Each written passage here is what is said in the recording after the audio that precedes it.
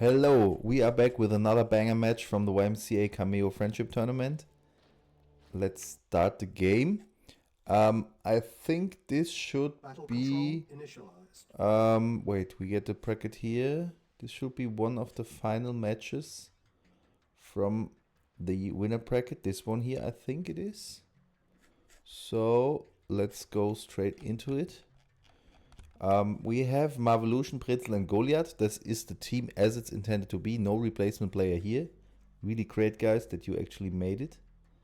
And we have on the other team Nils, Aedis and Patrick. Nils is a replacement player because Akko dropped out of the tournament. He didn't want to play anymore. Even though his team is really advanced in the tournament. So we have this team on the top. There, Nils is already building Frogfoot, so this is the classic Pümpelbankräuber rush, I guess. On the top left, Patrick is playing a pretty standard build up with not enough space, as it seems. And here we have a pretty standard screen start with refineries, some warp spheres, and also going for extra MCVs. Here we don't have the extra MCVs, everything is put into airfields and turned into Frogfoots. So this is some kind of an all-in rush, I guess. On the bottom here we have pretty standard build-up. That's also quite standard. Here we have already nice markers. I guess Nils is going for this player. And here we also have quite standard, a bit blocking the stuff, but it's working still. I think these bombers might be a bit devastating. Ooh. There's basically no anti-air, no second MCV build yet. And ooh, this is so horrible for him. The MCV survivors? No. MCV goes down, the player is basically destroyed, doesn't have build and service depot in another player's base. Sometimes that can save you. You just like put down a service depot somewhere here. And then as long as you have a warp spear left, you can build this new MCV. We have seen this on the top left in this map already. Yeah. Okay, let's continue this shit. He's taking out one of the two bombers now on the fly back. That's not too bad. He should do that. He helps his team also. Even if he's out, if this player gets rushed now, he would also be taken out really fast. And the question is if the others can help him. Probably not. I don't know. But I think if the screen player had some anti-air, had some... Like, you can also try to select your MCV and pack it, because if it's packed it's less big, just a small vehicle that gets not hit as easily by the bombers as the big building. He's going for the next player, and the next player is not really prepared. I mean, there's the AA guns, a lot of damage already done. Power is out. Oh, and the MCV, but he has two more MCVs, so that shouldn't be a big problem here in that regard. He should really get his power back up again. It's not sufficient. He has no refinery left. That's super critical. A result of this game was finally to improve these AA guns a little bit. So in the current patch that has happened already. Along with a flux of allies, because the missiles are not too bad. They do deal okay damage against bombers like these, but these guys are a bit too weak against like almost all air units. Only good against like ballistic missiles, V3 missiles, stuff like that. Then it's cool because they switch targets really fast and they have no delay because a missile does not have to hit. But against everything where you need a bit more damage, it's not so good. So they were a bit underwhelming, that's why they improved now. And the Frogfoots have their damage reduced against fortified. So here, okay, they are taken out now. That was really bad go. So here we see the guys have 55% damage versus fortified, with building 100%. So building is like this stuff here. That's all building. And like defense is fortified. That's why it's written fortified here, HP 600. And the guys go down. So for example here, if we select a construction yard, it's fortified. So a construction yard is stronger than these power plants, for example. Even if the HP is the same, the fortified armor class is a lot better than building class. But still, these bombers are too good against fortified, that's why they're getting nerfed. Or like some others as well. However,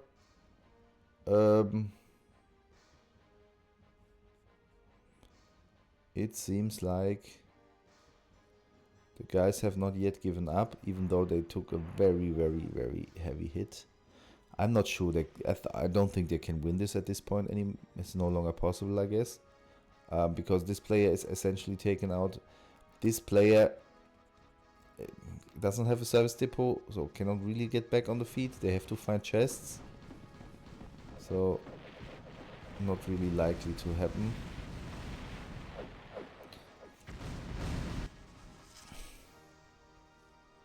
So here's a few tanks trolling the base. This is the right decision, that's what you should do. But one Tesla coil and the second one goes up here is enough to stop a few tanks. There's two more tanks coming in directly on the Tesla coil. It's not going to end well, in my opinion. It's not ending well, no. Certainly not. So this is the map choice of the team on top, I guess. I'm not so sure if they had in mind to do this bomber rush, because on this map it's not so strong. Because it's quite far, the bombers have to fly. It's much better on Rügenwalder. That would be the natural map pick for this kind of strategy, I think.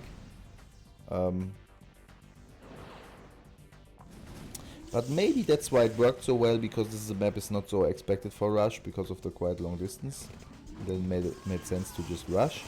Maybe it's just a coincidence, because it's very unlikely that Nils directed the strategy here, as Nils is a replacement player and the other two are the regular team members.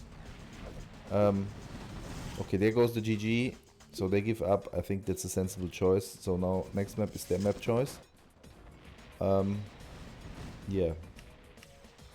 So the game is over. I think pretty obvious. Nils made all the kills and they just gave up because they were like caught empty-handed, just pants down. Battle control initialized. Not the best situation, I guess. Okay, that's the next map. It's Trash Compactor in this matchup. The completely different map we see now. It's not part of the official map pool. The reason why this map is not part of the official map pool is because there's so much resource in the middle, which is not per se a problem. But it's a bit stupid because the resources in the back base of the players is really, really few. And this basically means if you control the middle, the game is over anyway. So whoever secures the mid, like early game, mid game, maybe even early game, there won't be any reasonable mid game then probably. I mean, this is enough ore to get to mid game maybe, but yeah, you have to control middle. It's very rare that both teams can just harvest everywhere, because it's big, but not that big. So if you like harvesting somewhere here, it's possible to just go there, shoot it down, get some defense buildings, reach into the ore and stuff. And this makes it quite easily to gain the control of it. And the team on the left side absolutely knows this and applies this. Here we see the same bomber crab again. I don't know if the guys will again fall for it. I hope not. I guess not, because you don't like be fooled twice. But we will see this. Here's an infantry rush coming. Here another one is coming on top. That's absolutely correct strategy on this map. Usually you should not do this with infantry. That's also a bit weak against these bombers. It would have made a little bit more sense, I think, to just get some scout tanks, maybe some APC, put an engineer in and just capture the construction yard, stuff like this. It works well against the bombers. If the bombers just like shoot on APCs, you just drive around, you drive away, and the bombs fall down and you're already somewhere else and they don't really do damage. So capturing the Goljat with an APC engineer combo is, I think, something that makes a lot of sense here. I think there's not even scouting, he's just running in. The same shit is going on up here. So we have a coordinated infantry rush on top and on bottom. That's pretty good. Teams that do this actually have great advantage in the game, because on this type of map, it's very open flanks. You can just walk through into the base. There's no choke, no nothing. I mean, he was lucky to scout it and pinged it to his allies. Here, I don't know if he has seen it, but the bombers are a very good answer to this infantry. I don't want to miss like the important fight here, but it looks like this is that one. Oh no, the bombers are now coming here as well. Yeah, yeah. The infantry is just bombed away like nothing, because these bombers are especially good against infantry. Here this fight ends quite similar. They place defense towers. It was just not many infanterists. So the rush is defended. Here we see a solid, I don't care, I just harvest mid strategy. I mean, they now for sure know that bombers are gonna come again. So, yes, they will be prepared now. I hope they will be prepared now. They certainly need a strategy to harvest the mid, because this stuff will not last long. Here's more than half is emptied already. That's just what I mean. Here we have to create ping. Nils is saying, hey guys, you know, I don't know what is there, but I will just like go there and spy. Ah, he sent the spy plane. That's reasonable. I don't know if it beacons. No, it does not beacon automatically. He has to do that. Okay. Here we see just this funny push from the side by the blue player. I don't think it's gonna do much. It's unlikely it will like get any kills. But well, no, maybe he gets the refinery down. Okay, why not? The harvester even as a bonus. Okay, now he finally comes in to help. It is the orange player. That is Brezel with the buzzers. Not such a bad answer, but why don't you keep killing the tank, my friend? Okay, well, the missiles, they do it anyway. Okay. But actually, they have to start harvesting in the middle. They have to secure these resources. Otherwise, they're going to have a really, really bad time. That's already a step in the right direction, but here is the gold nuggets that we want to go for.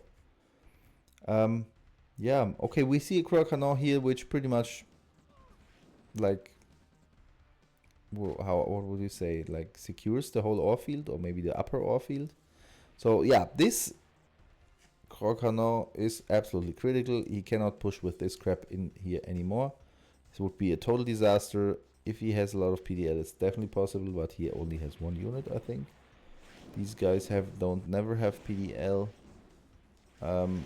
Now he's shooting buzzers with missiles. Doesn't really make sense. There goes a construction yard. Okay, and a Crocanon here. In the meantime, we have some smaller fighting here. I think the Crocanon is the interesting part.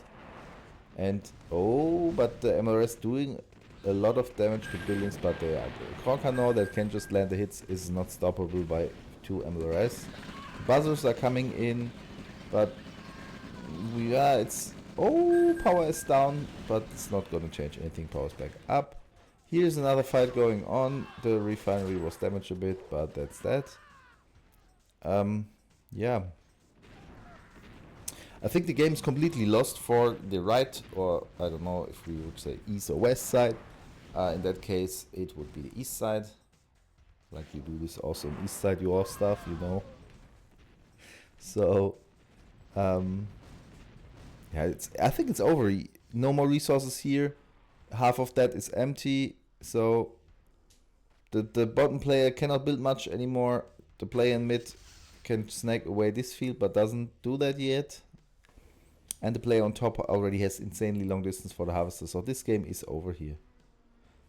I don't really understand the map choice, because, I mean, okay, you're just saying like we want to get away from these crazy super resource crazy maps, but then we pick some other crazy resource map that's crazy for like the density in the middle, together with it's only one field for all players. So there will be heavy fighting. But then If you pick the map, you're not going for the field. So I think that's a grave mistake, because if you pick this map, I think having Nils instead of Akko is just cheating. I don't think it's cheating. I think Nils is certainly a good replacement and is better than Akko. I mean, Nils at... Now, I already said this, I think. So Nils has improved a lot over the tournament, so it's an improvement here. However, I'm very sure if...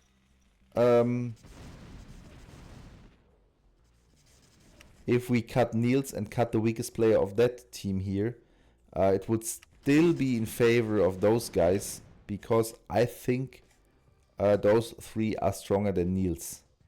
Because all of them are quite okay. I think that we're like caught totally off guard by Nils bombers. Nils executed those guys really well, and they were not really prepared for it in the first game, and now in the second game it was better, but still, like they moved their rush into those bombers. I don't know, that was not the smartest move, I guess. Yeah, so okay, the game is now over. There's like Roncano everywhere here, and this army alone wins the game, I think, at this point.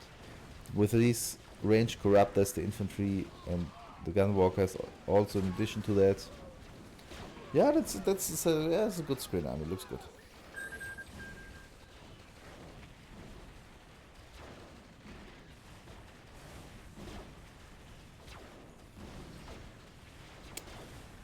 And the next Roncano goes up. I don't think they can do anything anymore. The field is absolutely secured. There's so much resources they're still getting.